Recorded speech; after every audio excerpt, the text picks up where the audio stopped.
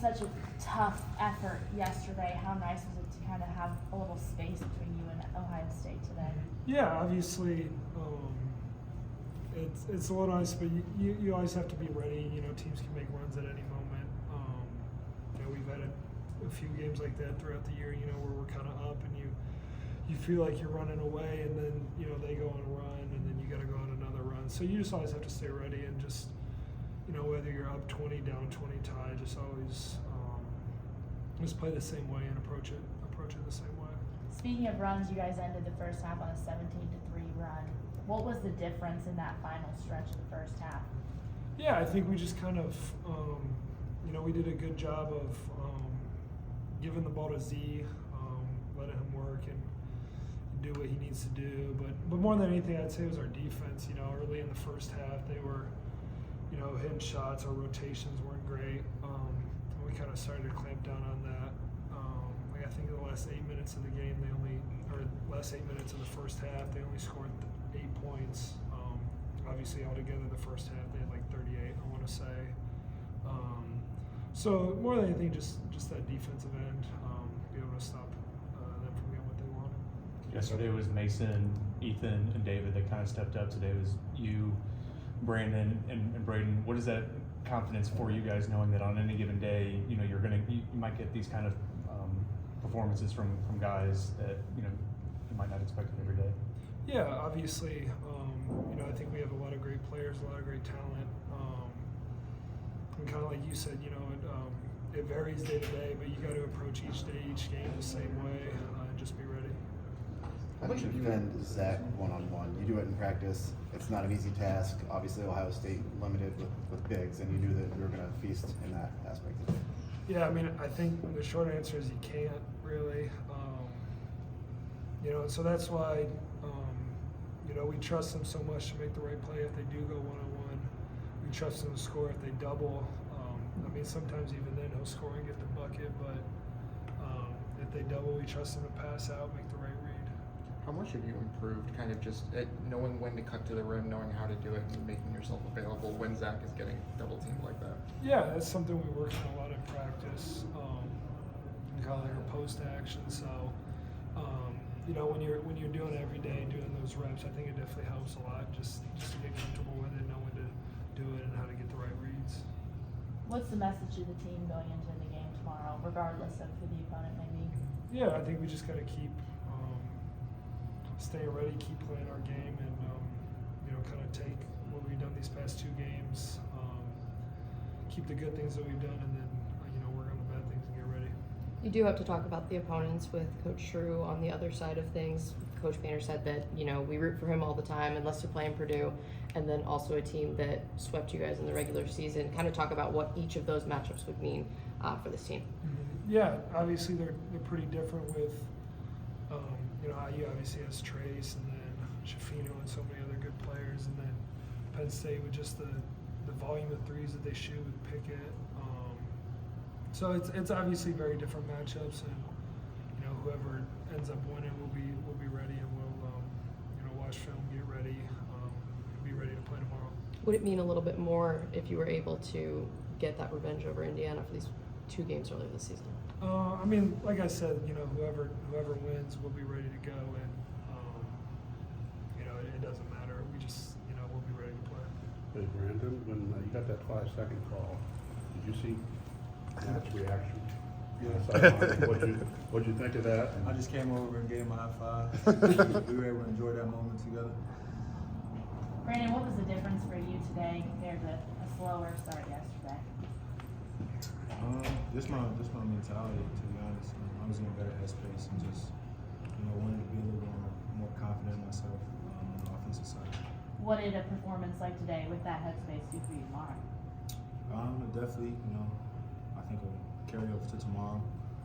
But just continue just to take what the game is, you know, gave to me. Not try to force things, but also continue to play through my defense.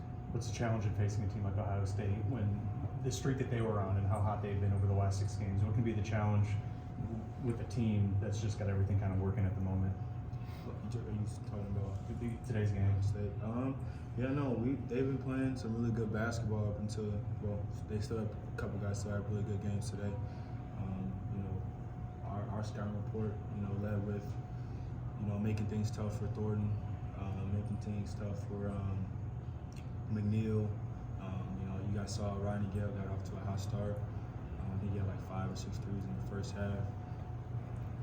So no, and then also Justice Sewing to play well as well. He has been playing well too up to this point. What's the adjustment like playing with different basketballs? There's an adjustment. I feel like I think the balls that we're playing with now, the materials different than what we're used to in the Nike balls. I think it's a little bit bigger too in the Nike balls. So I've been personally, Caleb as well. We've been putting a lot of extra time in shooting those balls just to get adjusted to it. So it's definitely a big difference. Don't you think that college basketball should have the same ball across the country? Yeah, I agree. Brandon, the shooting, it wasn't a high volume of threes today. I think you took 15 as a team, but you made 7. And, Payne's been talking all year about how this is a really good shooting team. It hasn't been the case for the second half of the year, but how big is it? 7 threes yesterday, 7 threes today. Is this kind of more what you are from the outside? I think it has a lot to do with, how much we're throwing in the post. I think Zach he got it up about 25 times today. So, he was feeling it. I think he ended with a 30-point game. But no, we're just going to keep playing through him. If he's one-on-one, he's told to score. If he's double, triple team, he's going to kick it out. So it could go either way with how many threes we get up a game. But as far as percentages, very good percentage today. And, there's been some games where you shot 20%, under 20%. Do you feel like we're this good of a shooting team like we've shown, the past couple of days? Yeah, I think, we've gotten adjusted to the new ball we're using, first and foremost. And, like you said, we didn't shoot that many threes today, but we made the ones we got. And they were good looks thanks to, our post guys, getting good passes out of the post to us. Just another shot at the Big Ten Tournament Championship. Last year against Iowa it fell short, but how important is that as a tournament championship to you guys? Yeah, no, I don't think any of the returns, forgot, that feeling we felt at Wisconsin during the regular season, and like you mentioned, against Iowa, just coming up so short, a play or two, or even a game difference, during the regular season. We haven't forgot about, what last year taught us as returners, and we're keeping that at the forefront, throughout this whole season, even this weekend. We're happy to be back in the position we are now playing tomorrow. What's the mindset tomorrow? You're either going to have Pickett to guard, Hood Schifino, Trace Jackson Davis. You'll know in a couple hours. What's the mindset for just make everything tough, make them work for everything they get. Obviously, they're both really good players, just got to make every look they get, tough, no open looks, try to not let them get their head up early because, as we know, it could be a long night, if we allow them to get easy looks early. Is it crazy to think that since the tournament began in '98, that you got this? IU and Purdue have only played once in the conference tournament, and it was that very first year. Is it crazy to think that it's just never happened since then, organically? I actually didn't know that. I guess just the way it's worked up until now. But that's a good fact. I didn't know that. What about this team has shown you from the last 2 days that you guys are capable of taking home the championship tomorrow? Just that, whatever we set our minds to, we can pretty much do. If all 5 guys out there on the floor are on the same page, are playing together, playing for each other, sharing the basketball and defending, communicating, rebounding, I think we can play with anybody. Caleb, do you feel like since you guys coached the Big Ten Championship, Wisconsin game, Illinois game, do you feel like you guys are playing a little looser? It looks like that for me. I don't know. I think it'd be hard to say. I think, we try to approach every game the same way. Obviously, I think it definitely helps.